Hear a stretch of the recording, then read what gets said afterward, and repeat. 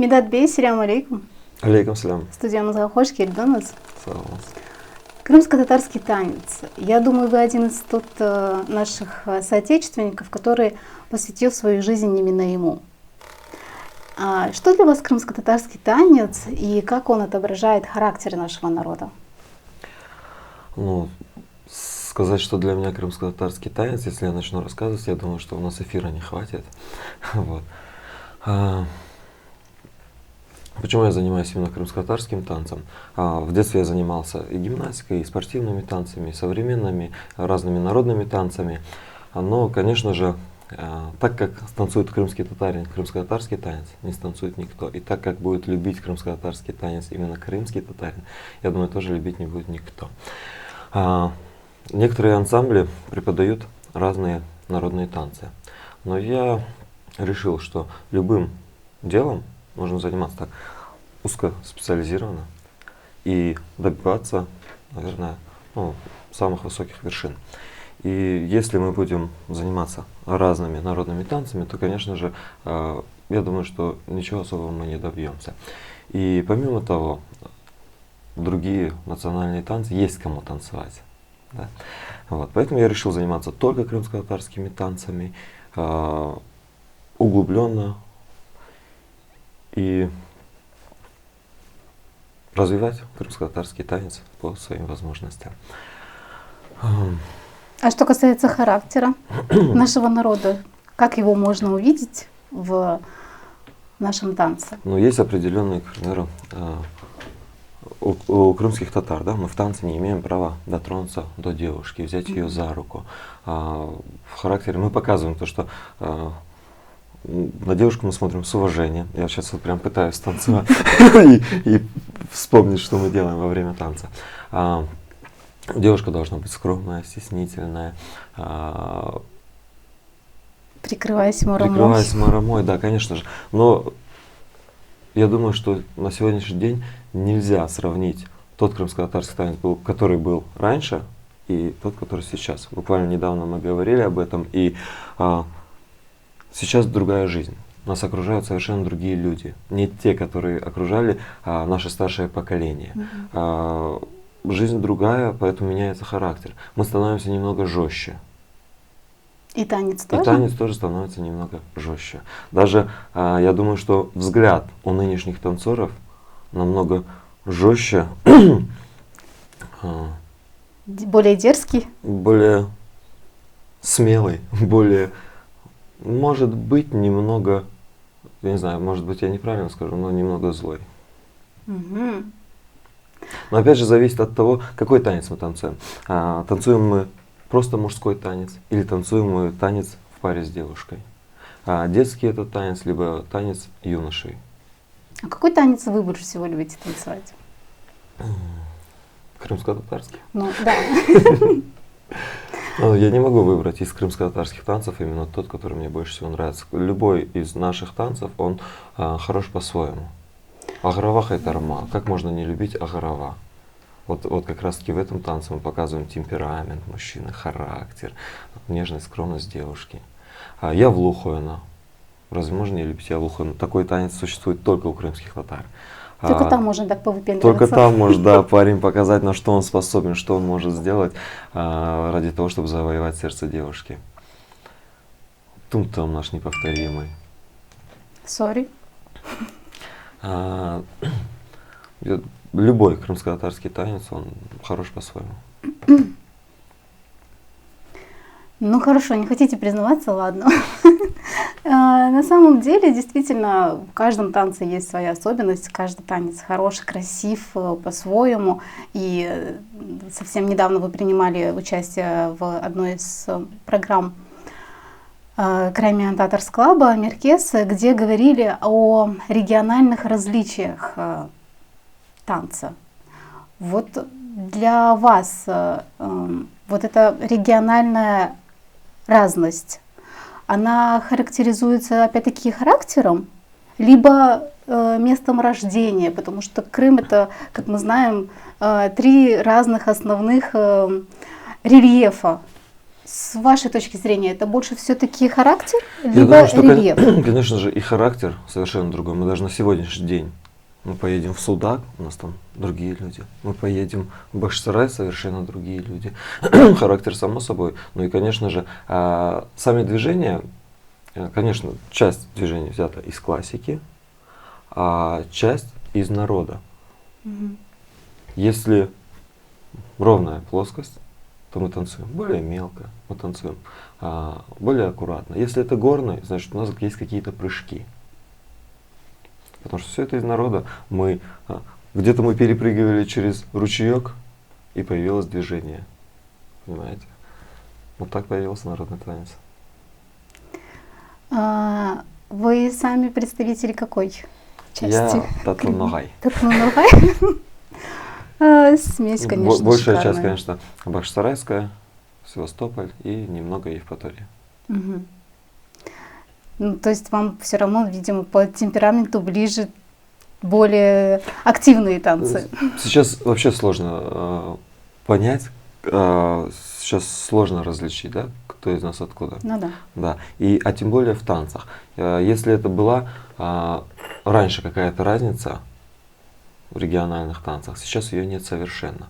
То есть, да, можно покопаться, восстановить все это, но на сегодняшний день я думаю, что особой разницы нет. Кстати, насчет покопаться. Из той литературы в качестве, ну, касающейся нашей культуры, именно посвященной танцам, есть только одна книга Акима Джемилева, да. где указана информация основная о наших танцах, какие-то положения, позиции обозначены, но такого прям вот глубокого анализа с тех пор больше никто, я так понимаю, не проводил. Никто не проводил, никто не делал. А нужно вообще этим заниматься? Я думаю, что, конечно, нужно, потому что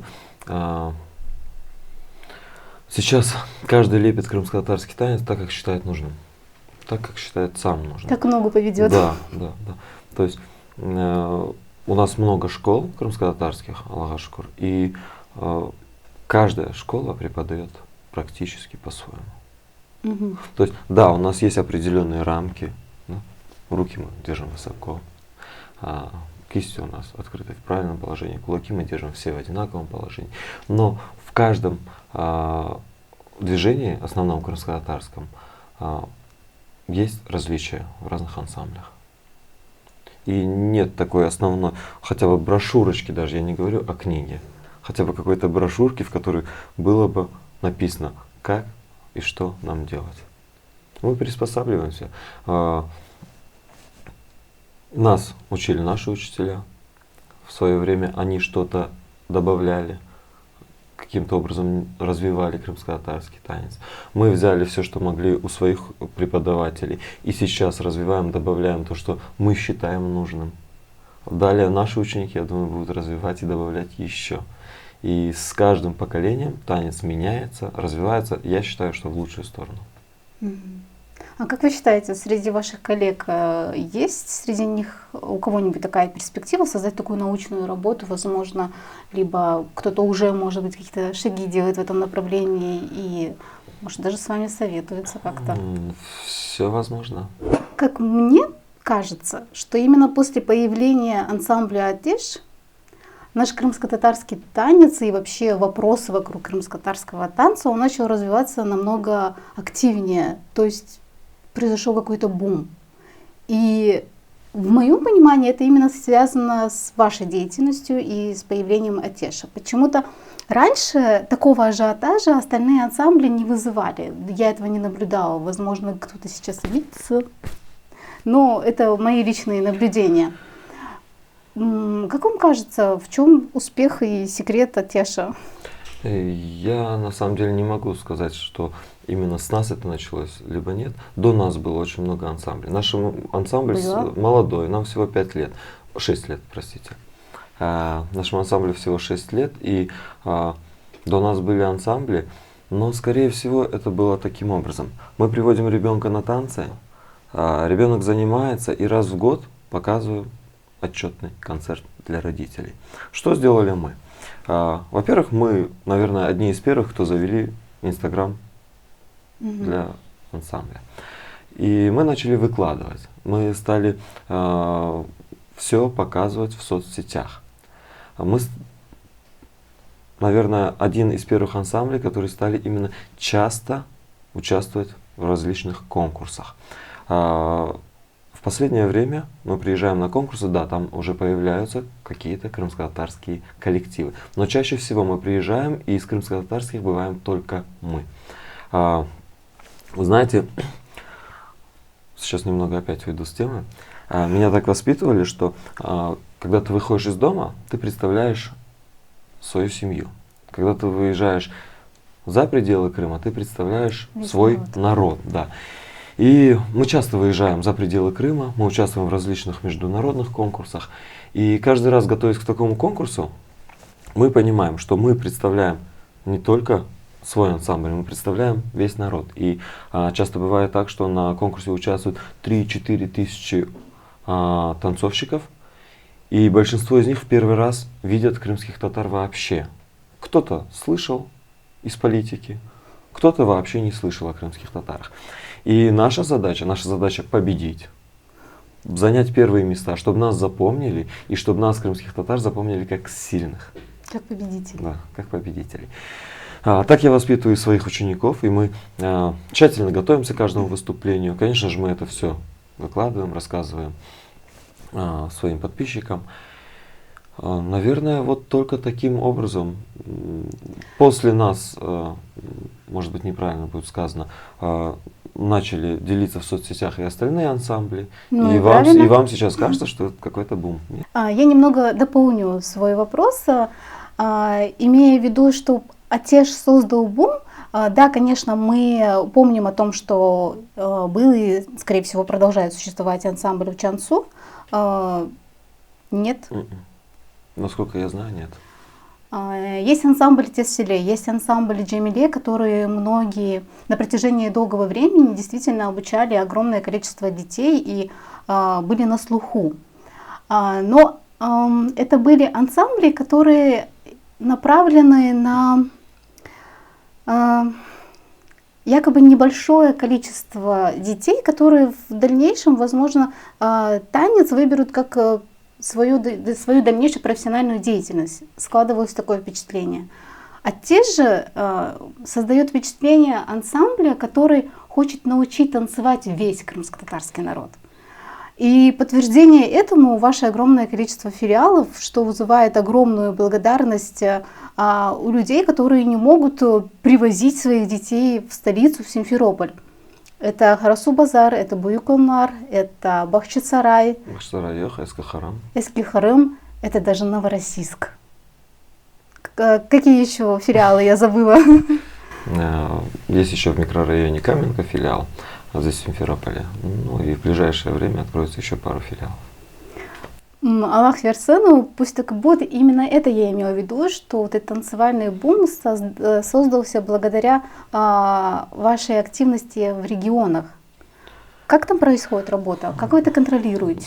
Смотрите, отвечая на прошлый вопрос, я думаю, что не стоит вообще затрагивать такие ансамбли, как Чансу, Джемиле и Тесселе. Это ансамбли, которые существуют с самого возвращения крымских татар на родину.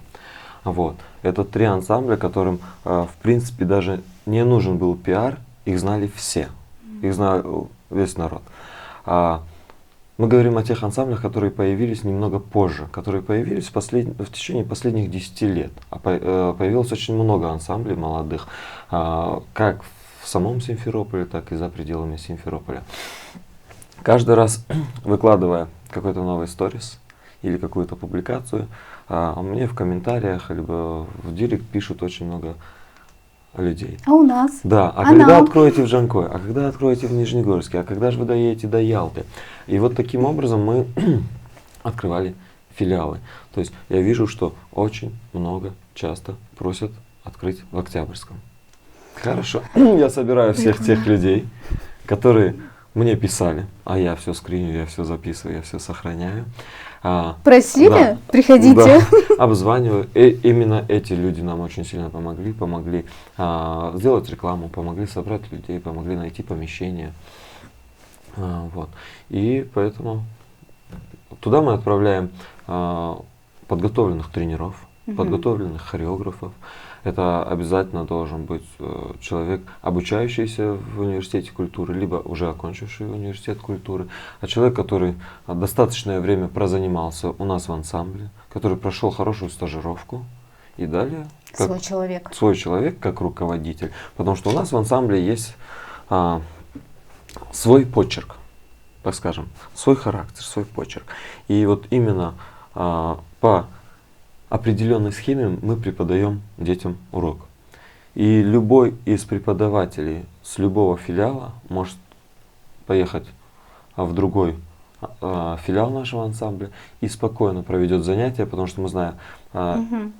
у нас по всем филиалам, во всех залах по одной программе обучаются дети. А не было такого в филиалах? Почему к нам Медат Халилов не приезжает преподавать? Бывает, и вот буквально прямо перед эфиром пришло сообщение тоже. Медат Уджа, дети по вам соскучились, почему вы не приезжаете? По возможности я стараюсь. Конечно, изначально, когда я открывал филиал, я планирую, что раз в неделю обязательно я в этом филиале буду находиться. Но, к сожалению, так получается, что не каждый раз получается приехать. Куда-то я приезжаю раз в месяц, куда-то в 2 недели раз. И это не из-за того, что я хочу отдохнуть, и я сегодня не поеду. Выходных у меня нет уже на протяжении 6 лет. Да, работаю совершенно без выходных, и даже если это день рождения, даже если это мой день рождения или день рождения моих детей, я в любом случае практически до конца провожу занятия и потом только уезжаю с работы. Чаще всего, из-за чего я не еду в филиалы, это что группы, которые занимаются в центре, мы с ними готовимся к какому-то конкурсу, к какому-то фестивалю, либо нам срочно нужно какой-то танец переделать для того, чтобы где-то представить. Сейчас пришел в голову мем из интернета. Меня мама 1 раз родила, 2 не родила же. Так что, учитывая то, что вы на такое большое количество учеников один, даже то, что вы в неделю раз стараетесь посетить тот или иной филиал, я думаю, для них это уже большая радость. Да, но, к сожалению, не всегда получается, но я стараюсь. Учитывая такое большое количество филиалов по всему Крыму и достаточно большая группа в Симферополе, сколько детей прошло через школу Атеша? Не могу сказать, сколько прошло, я не записываю тех, кто ушел или временно ушел с ансамбля. В данный момент занимается около 600 детей. Наверное, было бы намного больше, потому что еще до карантина у нас занималось 500 детей. С карантином, учитывая то, что дети 3 месяца, ни с чем не занимаясь, кто-то сидел в телефоне, кто-то за компьютером, и когда нам уже разрешили заниматься, снова возобновить танцы, наверное, вернулось только процентов 40-50. В дальнейшем понемногу еще дети добавлялись, но определенная часть так и не вернулись, потому что они понимают, что можно же просто сидеть дома, зачем идти сейчас 3 раза в неделю, напрягаться, потеть. На данный момент 600. Сколько прошло через ансамбль, не знаю. Ансамбль Атеш, как и многие другие ансамбли, вы уже ранее об этом указали, в конце года, у вас свой год, устраивает отчетный концерт. Отчетный концерт в основном это такой показатель родителям, чему научился их ребенок. Но последний ваш крайний отчетный концерт нес еще и определенный месседж. Он был, к сожалению, мне не удалось присутствовать на нем, но по рассказу своих знакомых друзей, то, чем начался концерт, и то, как ярко была выражена ваша позиция, многих вызвало восхищение. У нас не только крайний концерт был с какой-то определенной тематикой, мы каждый концерт пытаемся, через каждый концерт пытаемся провести какую-то нить, донести до людей. Что мы хотим сказать? Предыдущий концерт у нас был о том, что мы должны танцевать только крымско-татарские танцы, только свои, национальные, народные. Этот концерт, да. Меня очень беспокоит та тема, что многие наши соотечественники мигрируют из Крыма, покидают нашу родину. Меня это беспокоит, я об этом говорю везде. Сейчас, конечно, не время кому-то указывать, кого-то учить, что делать. Но свое мнение я могу выразить. И мы выразили это на концерте. Мы показали небольшой такой пролог, в котором показывали, что люди, несмотря по сторонам, куда-то уезжают, все на чемоданах, все куда-то собираются, уезжают. Стоит отметить, что это еще было до того, как активно начали выезжать в конце сентября. Это было начало сентября. Это было начало сентября. То есть совершенно задолго до того, как стали активно уезжать. Наш посыл был такой, что оставайтесь в Крыму, живите на родине, ведь только здесь, в Крыму, только на своей родине мы можем развиваться, мы можем развивать свою культуру, сохранять свои традиции. Только вместе мы сила. И там, на чужбине, там, за пределами Крыма, мы никому не нужны. Если мы нужны, то мы нужны только здесь, и мы нужны друг другу. Также в стихотворении, которое нам написала Селиме Ханум, зачитал Нариман Аметов, было написано о том, что наши родители, наше старшее поколение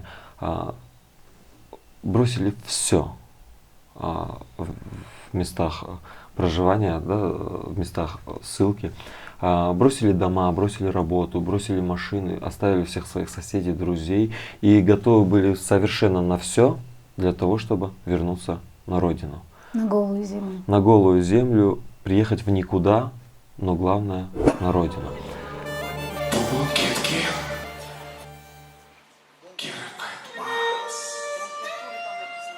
Yazık sana ulu halkım. Unutulur yavaş yavaş dinin, dilin, adetlerin. Unutulur. Sığınar.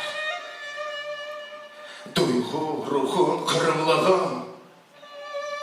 Kal Kırım'da. Milletli ol. Geç olmaganca aç kozan. Лично мое мнение, лично почему я в Крыму, потому что мои бабушки и дедушки мечтали переехать, и не всем удалось приехать в Крым. И они жили все время с момента депортации с одной мыслью, что мы должны вернуться в Крым. Неважно в какой Крым, неважно куда в Крым, а главное вернуться в Крым. И они старались, они делали все для этого. После приезда в Крым, когда нас привезли сюда родители, наши родители делали все для того, чтобы нас выучить на родине, для того, чтобы нас накормить, для того, чтобы нас напоить, нам построить дома. Родители тоже вложили все. Родители на себя не тратили ни минуты времени для того, чтобы создать нам какое-то будущее. А сейчас мы оставляем все это, бросаем все это, оставляем труды наших, мечты наших бабушек, дедушек, труды наших родителей и уезжаем в никуда. Я не уеду. Я буду жить, я буду стараться жить до последнего на своей родине. В конце нашего разговора небольшой блиц. Танцевать, либо преподавать танец? Блиц должно быть очень быстро, но я не смогу так. Можно так? Было время, когда было танцевать.